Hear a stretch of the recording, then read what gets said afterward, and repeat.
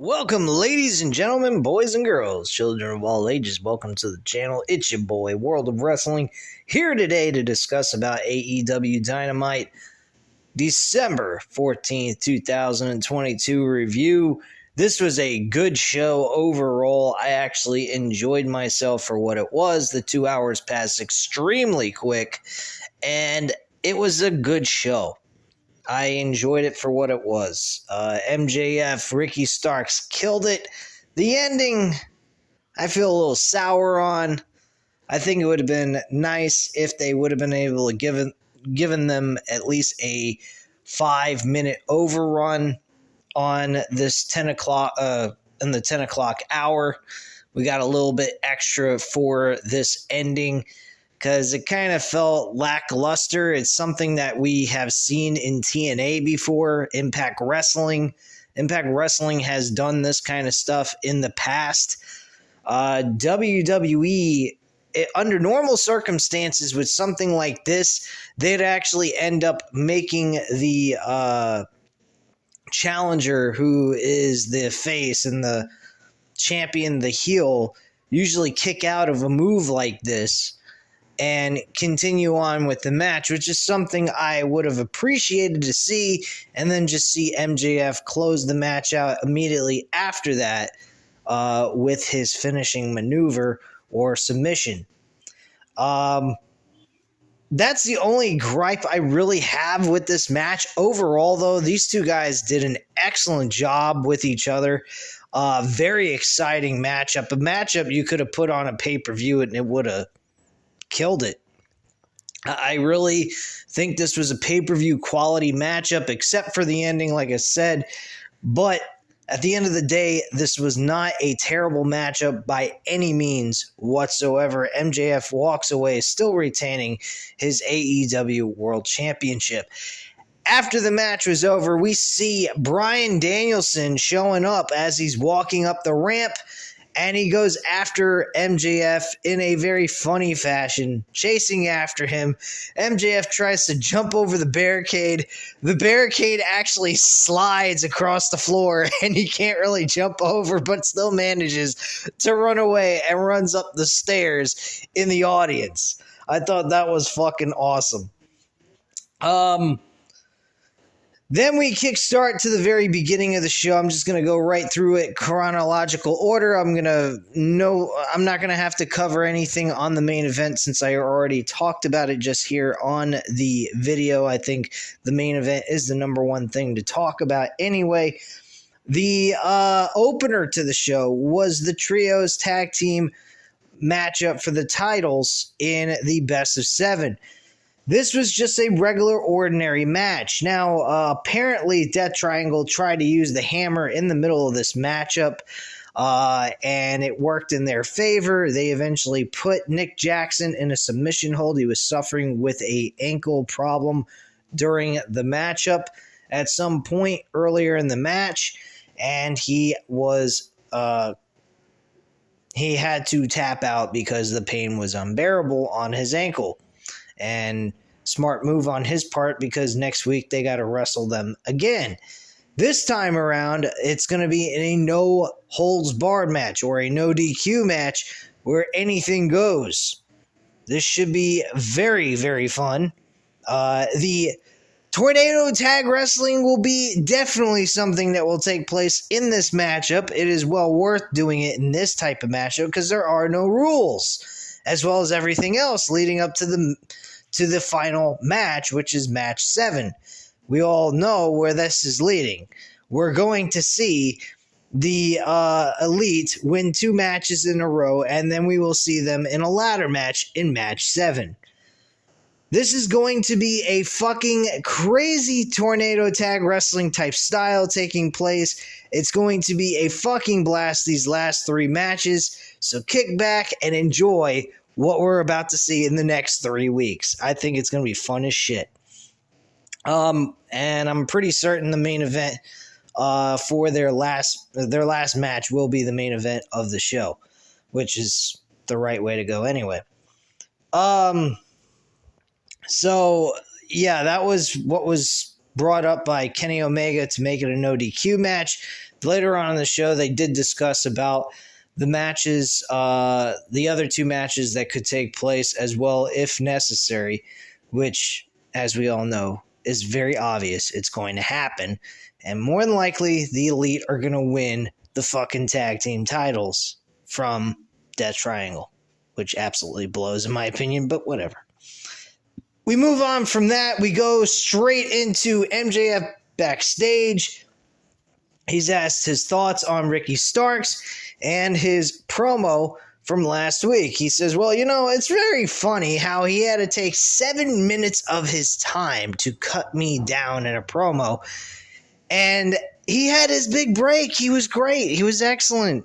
You know what's neat about me? I've been doing this from day one. I've been hitting it out of the ballpark. I am 1,000% the best in this business since I stepped foot in AEW. I have not missed a single shot at all since I've came into this company.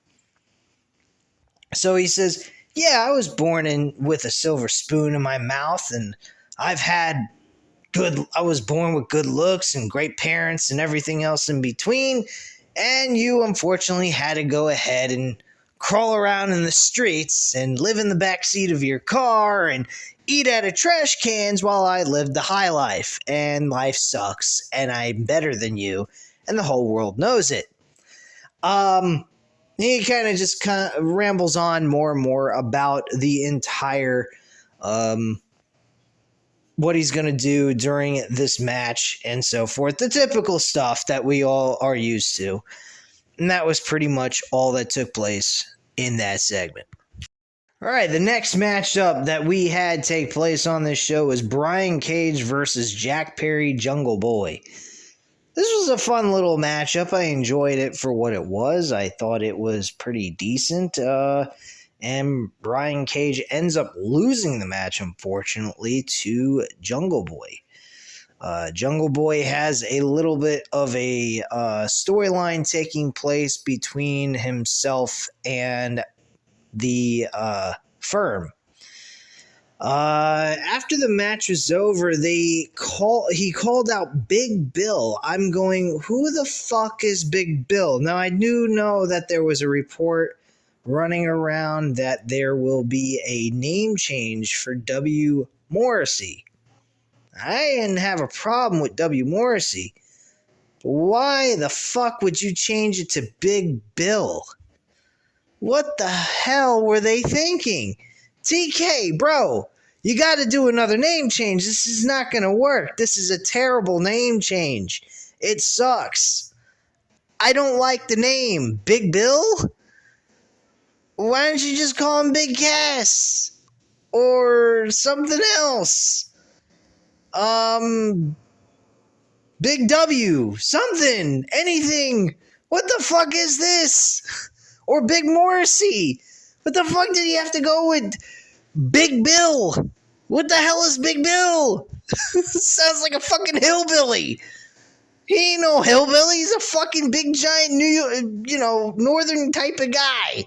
He ain't no southern hick. Big Bill. What the fuck? I'm like, are you kidding me with this shit? Oh my gosh. So he comes out, he attacks him with Stokely Hathaway. And they beat the shit out of him. After that, it leads to Hook coming out for his rescue. And apparently Hook and Jungle Boy are now allies to one another. I don't have any problem with that, but what the fuck? Big Bill. You couldn't go with Big Morrissey? Big Bill. You gotta be fucking kidding me with this shit. Oh my goodness, I want to take my skull and smash it into a wall. My goodness, man. Jeez. Ugh. Somebody please help me figure this all out. I don't understand.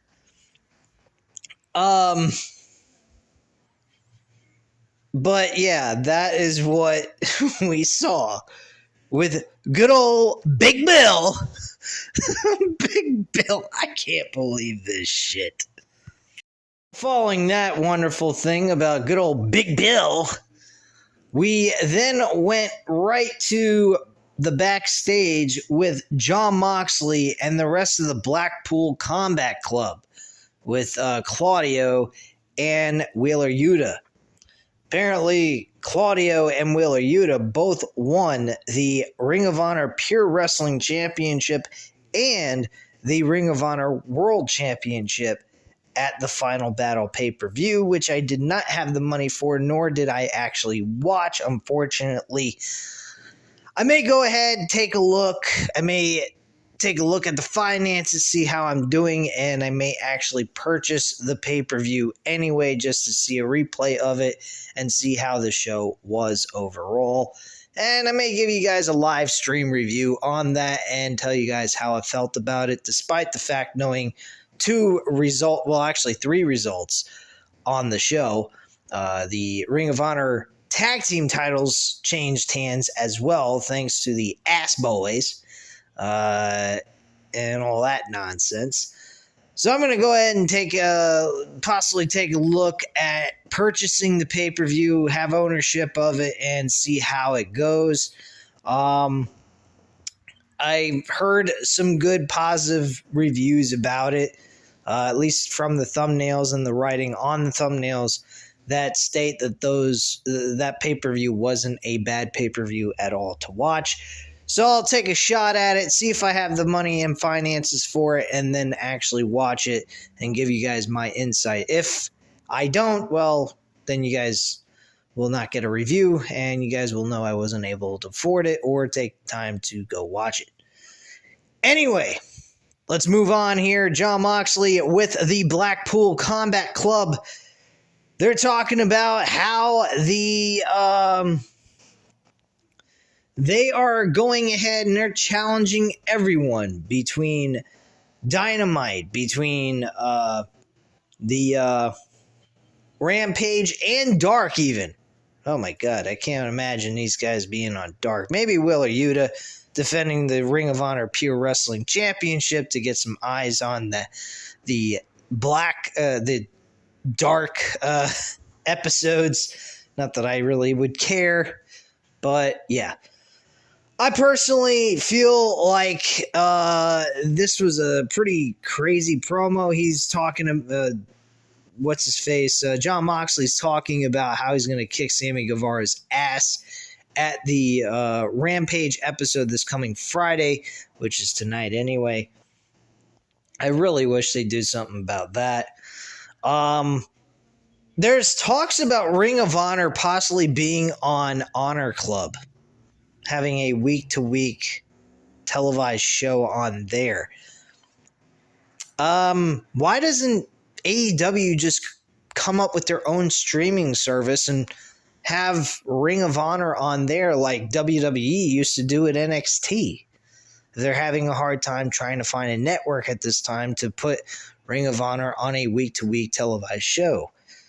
I think that would make a little bit more sense, and not to mention Tony Khan does have the finances to probably do that. I mean, he is hiring everyone left and right, known to man, to come join this fucking company. So I don't know what the fuck, Tony Khan's thinking. He already lost William Regal, who would have been a great asset to the Ring of Honor promotion, and instead William Regal is going back to WWE to be with Triple H and the rest of the group. That's not good. Not good at all. And who knows? We could see Adam Cole, baby, jump ship and go back to WWE. We don't know. Really don't.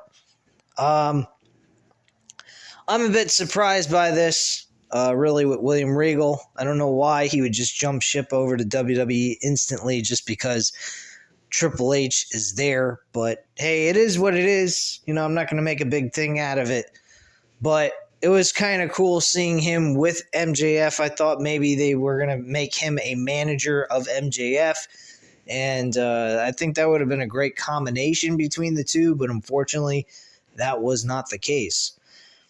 MJF seems to be doing perfectly fine after we saw tonight in that world title match where he just did what he normally does and cheats and low blows his opponent. pretty fucking whacked, but whatever.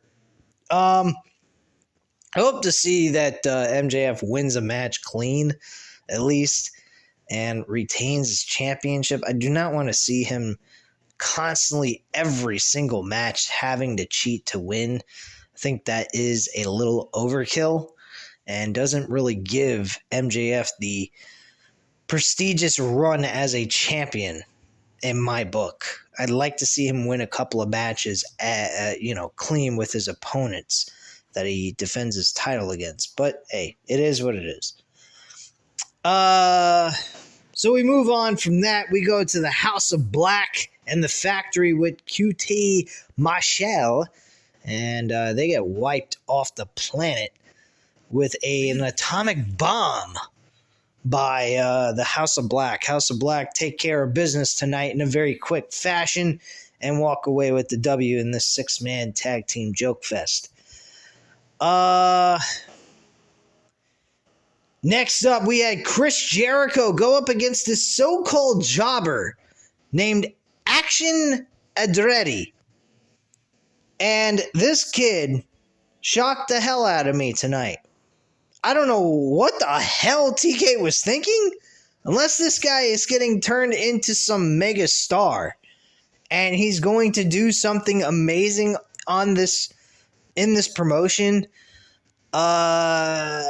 They just made Jericho job out big time for a fucking no-name person.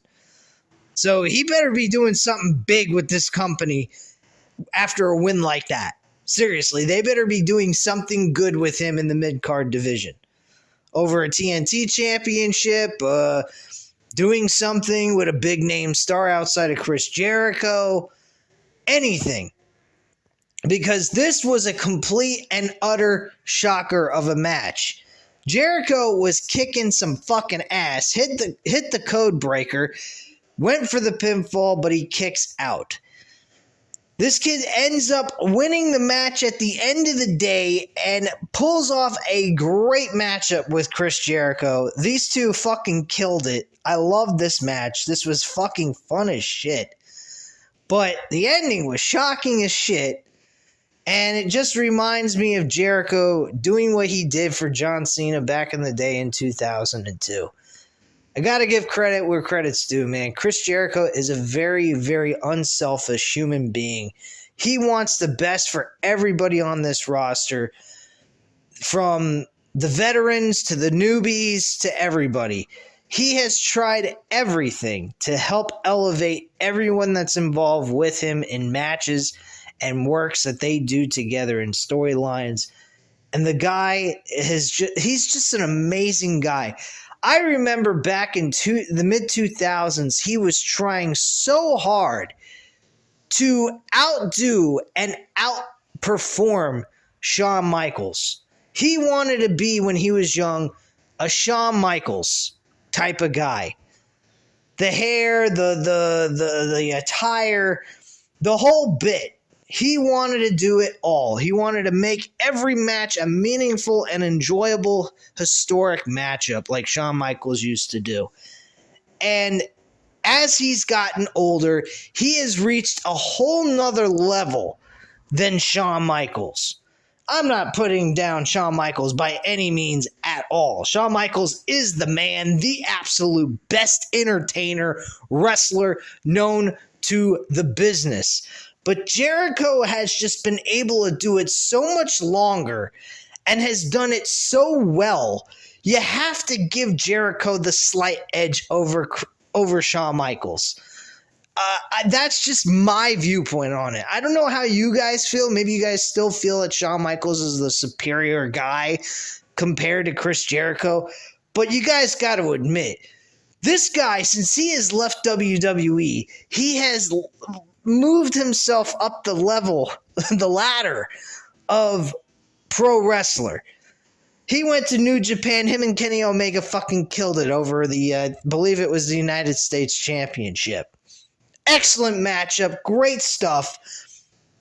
And he wrestled a bunch of great Japanese wrestlers. And he had fucking amazing matches. You cannot say. From there, he moves on to AEW and has helped elevate so many different stars, from Orange Cassidy, Darby Allin. He has wrestled some of the newest guys in professional wrestling, and he has done nothing but try to help every single one of them reach a higher level in their careers. This guy is the most unselfish, professional person in this business, and you gotta love him. You got to. Those fans cheer for him even when he's a prick. They don't care because they know deep down, in reality, the man cares about this business. He cares about AEW. He's not just there for money. He's there to collect a paycheck. There's no doubt about it. Nobody's going to do a job and not get paid for their services. That's obvious. But he's not also just about the money. He is also about caring and helping elevate this promotion so that when he leaves, they have something to go off with. He's a fucking leader of this promotion. And if anything, Tony Khan should be kissing Chris Jericho's ass till it's blue. Or red. Or whatever the fuck you want to say what color it is. The point being is, he should be kissing Chris Jericho's ass beyond belief, because Jericho has done nothing but help every young star on this promotion become something. This kid is going to be remembered as long as TK continues to build him up. Next week, we should see him doing something, cutting a promo, having another match, something. We should be getting some insight on who the fuck this guy is. Give us a vignette video. Let us know who the hell this guy is. Do an interview. Ask him, where have you been? What have you been doing with your career? You beat one of the biggest names in the wrestling industry. How did you do it? Something of that kind of nature. We should be getting something like that. Do that and do a match. Have him do a match with someone. Dante Martin, anybody. I don't give a shit. Put him front and center and get this guy some fucking airtime, because what he did tonight was unbelievable. I enjoyed this match very much, and it was a shocker. I thought this match was going to be a fucking quick, 5-minute match. Give the guy a little bit of time with Jericho, and Jericho just mop the floor with him and beat him and walk away with the victory, but he didn't. He lost. I thought if the match was going to go long, fine. I thought they were trying to just give the kid an opportunity to shine with his wrestling ability, but he was still going to lose, and yet that didn't even happen. So that was a complete shocker in itself. So kudos to Tony Khan for doing this. This was a very gutsy move. And, man, I hope they do right by this kid, because if they don't, they just wasted Jericho's time and made Jericho look like a fucking idiot. And that's all I have to say on that. Okay, well, following that, we have two other segments. We're not going to have to discuss about the world title match. I've already discussed that in the very beginning of this video. The only thing left is Tay Mello, or you could say Tay Conte, whichever way you want to call her. She went up against Ruby Soho. Ruby Soho defeated her in a very unmemorable matchup. I don't particularly care for this at all. Thought it sucked. Nothing really special happened. Ruby Soho gets the victory over a nothing opponent, in my book. Anna Jay eventually comes down to the ring to give support to Tay Conte and beats the holy hell out of Ruby Soho. And that is pretty much what took place there. We then move backstage just before the main event for the World Heavyweight Championship. And we had Alex Marvez, our favorite interviewer, backstage. Oh, God, this guy's a fucking pathetic loser. I don't even know why he's still employed with the company. But he goes ahead and he interviews Hangman Page, talking about how his conditioning is with his concussion that he suffered back on October 18th. Is he cleared to wrestle, or is he out at this point? He said, well, He challenged me to a face-to-face confrontation at Rampage this Friday. I may take him up on the offer, I may not.